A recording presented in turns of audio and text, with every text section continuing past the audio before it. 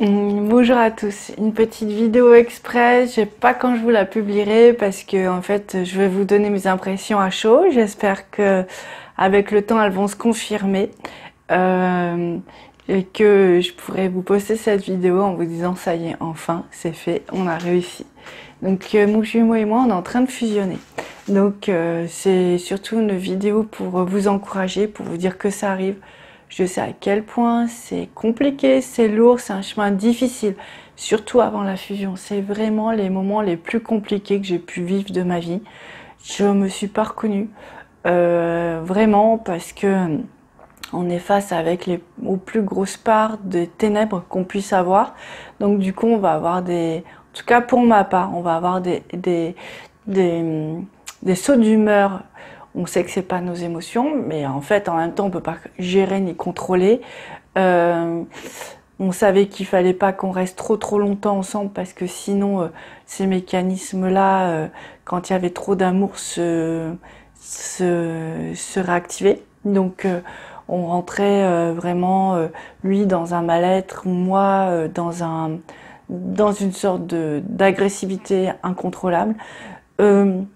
On a eu l'intelligence vraiment de comprendre depuis le début qu'il y avait vraiment de l'amour entre nous, mais que effectivement il y avait aussi beaucoup d'obstacles, et c'était vraiment ceux que on voulait dépasser, transcender, et on s'en est jamais voulu, ni l'un ni l'autre.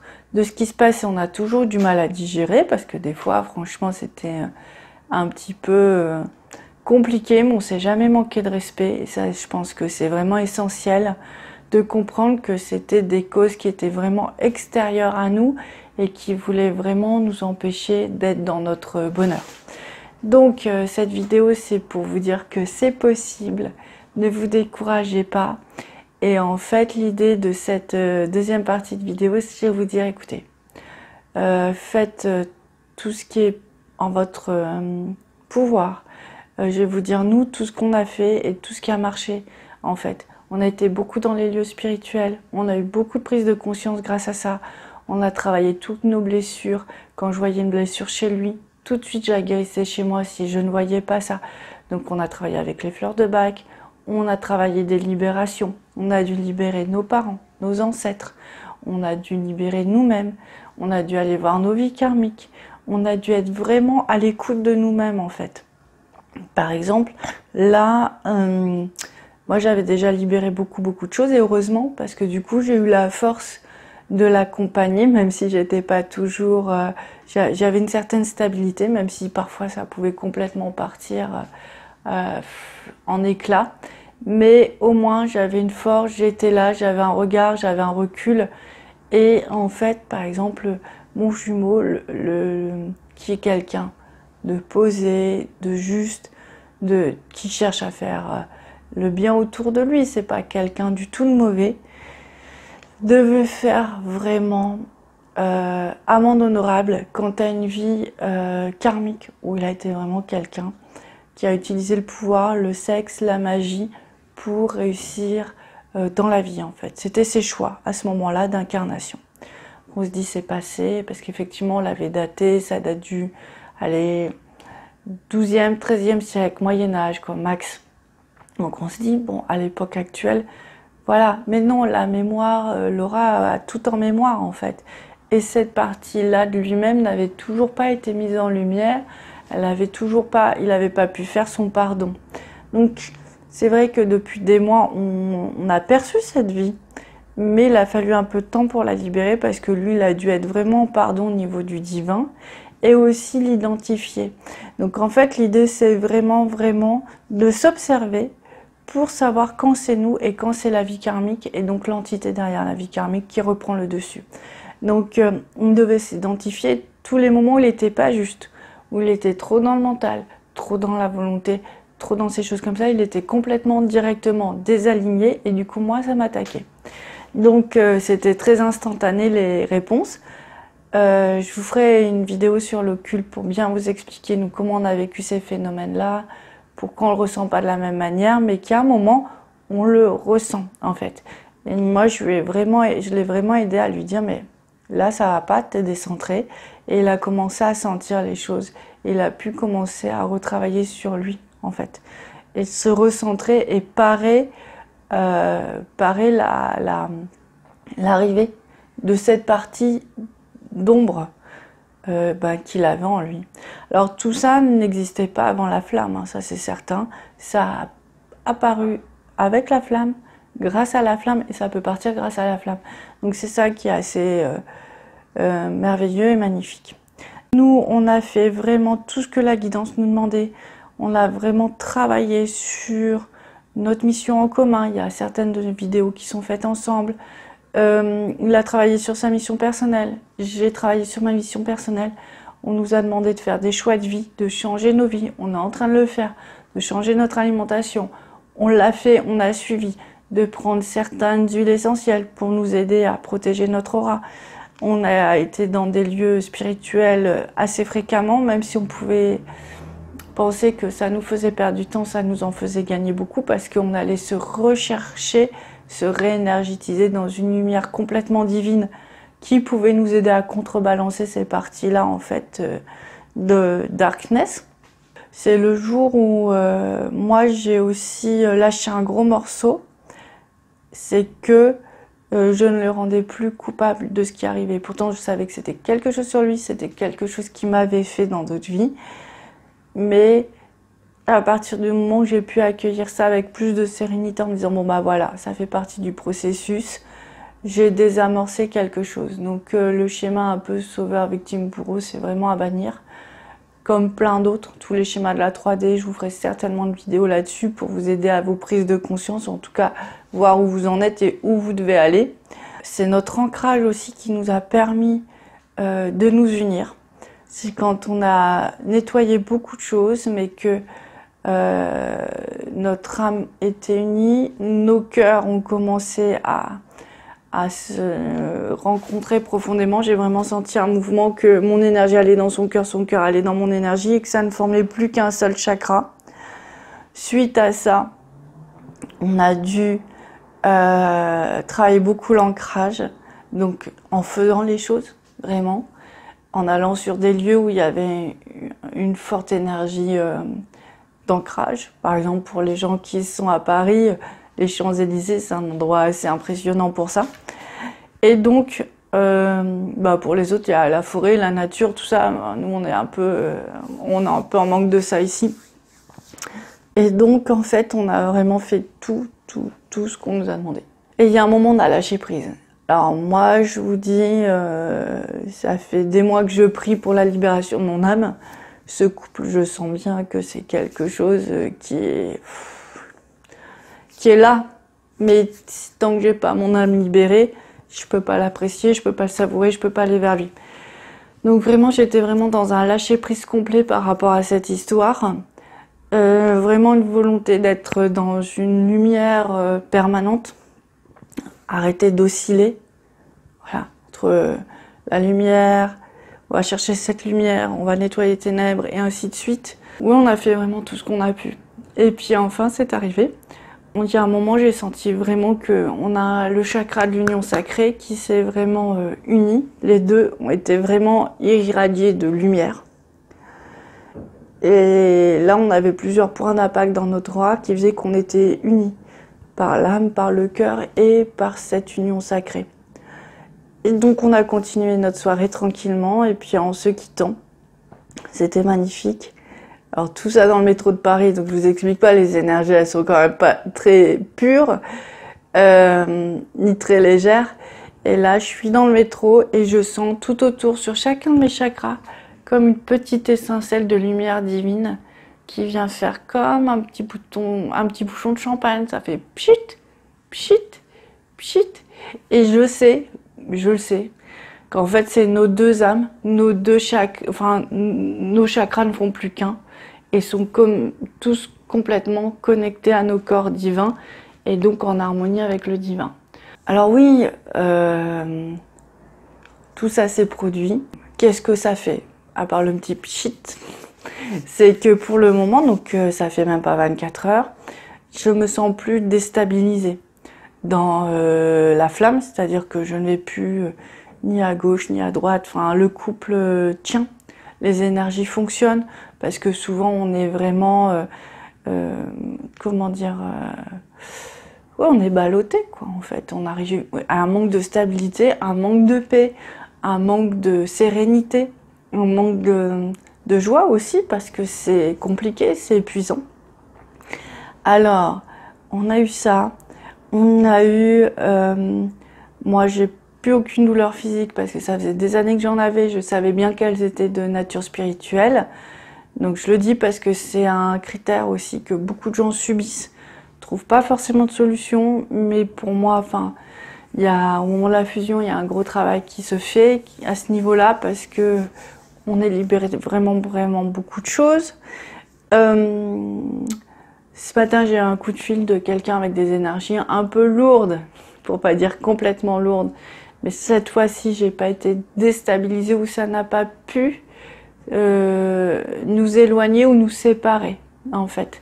C'était qu'il suffit que je pense à mon jumeau pour que vraiment les énergies se restabilisent. C'est plus des efforts titanesques comme il y a pu y avoir ces derniers mois. Donc là aussi on avance. Moi je trouve enfin une paix en moi, une sérénité. Là je suis vraiment dans un moment où toutes mes douleurs, toutes mes tensions physiques, c'est comme après un gros effort. J'ai l'impression qu'on a été presque, on a vécu un match de boxe et là je sais même pas quoi vous dire. Je suis juste, ouah, enfin c'est fini. Je savais que ça allait arriver un jour. Et presque on n'y croit pas, quoi. Presque on n'y croit pas et on est juste là, ouais. Enfin la paix, enfin la sérénité, enfin c'est fait. Enfin cette étape-là, enfin voilà, elle existe. Je sais pas lui comment elle le perçoit de son côté, j'ai pas encore demandé. Je voulais vraiment tout partager là, un peu comme un journal intime, un journal des flammes, ce moment pour que tout soit complètement pur, le plus près de la réalité qui soit, en tout cas, de ma réalité. Donc voilà, c'est ce moment-là que je vis en ce moment. Je sais que vous êtes tous dans l'attente de ce moment. Je le comprends parfaitement parce que le chemin de la flamme, même s'il est beau, moi je me sens accomplie pour la première fois de ma vie. Je me sens plus seule plus seule avec qui je suis dans mon âme, c'est-à-dire avec mes visions, avec ma perception de la vie. Je me sens nourrie complètement. Dans cette vibration-là, je me sens bien sur Terre, ce qui n'a pas toujours été simple, vous pouvez vous l'imaginer. Quand on est un peu différent, avec des niveaux de conscience différents, la Terre n'est pas un des endroits les plus accueillants, on va dire. Donc, je ne sais pas quoi vous dire, sauf que j'ai juste envie de célébrer le divin pour tout ça. C'est juste ça que j'ai envie de faire aujourd'hui. Et puis de propager cette nouvelle et vous dire lâchez rien. Lâchez rien, continuez. Continuez à être dans cette rectitude, rétablissez tous les axes, rétablissez tous les déséquilibres en vous. Nous, on a fait notre purification ensemble, simple ou pas simple. Certains couples la font ensemble, mais attention, parce qu'il y a des moments, il y a des excès de violence qu'il faut savoir canaliser. Pour moi, j'aurais presque dit qu'à distance, c'était plus simple. Mais ça va dépendre des personnes et des envies, des besoins de chacun. De toute façon, une fois qu'on est aligné, une fois qu'on est assez aligné et reconnecté au divin, en fait, l'autre rentre dans cette vibration-là et il se transforme. Donc, voilà, c'est indéniable, ça marche comme ça. On l'a encore vu cette fois-ci. On est en train de le voir sur d'autres personnes très proches de nous. C'est comme ça. Bonjour à tous. Alors voilà, c'est la saga de la fusion qui continue. Quelques jours se sont passés avec ces surprises, ces aventures et ces mésaventures. Alors donc effectivement, je vous avais dit, je vous avais expliqué tout ce que j'avais vu qui était magnifique et tout ça. Et le lendemain, le taux de flamme, le taux de vibration de la flamme et du rayon gémellaire à 0. Je me dis, mais qu'est-ce qui se passe? Décidément, on fait rien comme personne, nous deux. C'est vraiment très compliqué. Moi, c'est une histoire de flamme très très compliquée. J'ai jamais vu ça chez les autres, heureusement d'ailleurs. Et donc, je me dis, bon ben, que se passe-t-il encore? Et bon, ben voilà, je reste sereine. Je me dis, mais je me dis, bon, bah, ce que j'ai vu, je l'ai vu, donc il faut que je le comprenne. J'analyse la situation, je prends un petit peu de recul, je lui demande qu'on espace un peu nos rencontres, parce que je me dis, là, avec le taux de flamme aussi bas, d'être ensemble, c'est pas super, quoi. Et effectivement, ça me donne un peu plus de recul, je reprends un peu mon souffle, je reprends un peu mes énergies.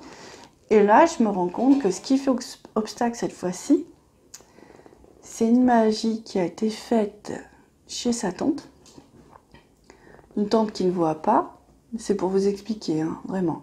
Une tante qui ne voit pas, mais qui a été mariée avec un Africain dans un pays d'Afrique et qui a été victime de sorts, de séparation, de mort et tout ce qui s'ensuit. Et comme le sort a été compulsé à partir de son sang et de son ADN, ça va toucher tous les gens qui portent cette vibration, ce même sang en fait. Et là, bon ben, je comprends que je dois enlever ça si on veut retrouver notre harmonie, parce que c'est qu'une illusion, enfin c'est une illusion, ça reste un message, le message que, voilà, même si nous on est prêts, l'environnement est encore porteur de choses qui s'opposent à la flamme en fait. On nous demande vraiment de tout purifier à un point assez extrême. On a eu la chance de vivre un week-end extraordinaire où on a été vraiment mis dans l'amour christique.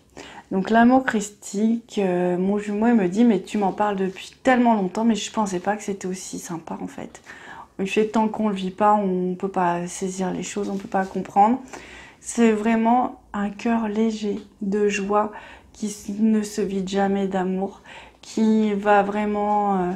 on est tellement bien, on est tellement heureux qu'on va vraiment facilement à la rencontre de l'autre. On émane en fait une sorte de joie, de paix, de gaieté, qui fait que c'est très communicatif sur tout le monde. Donc on a eu la chance de vivre un week-end comme ça. Et effectivement, tout est encore retombé.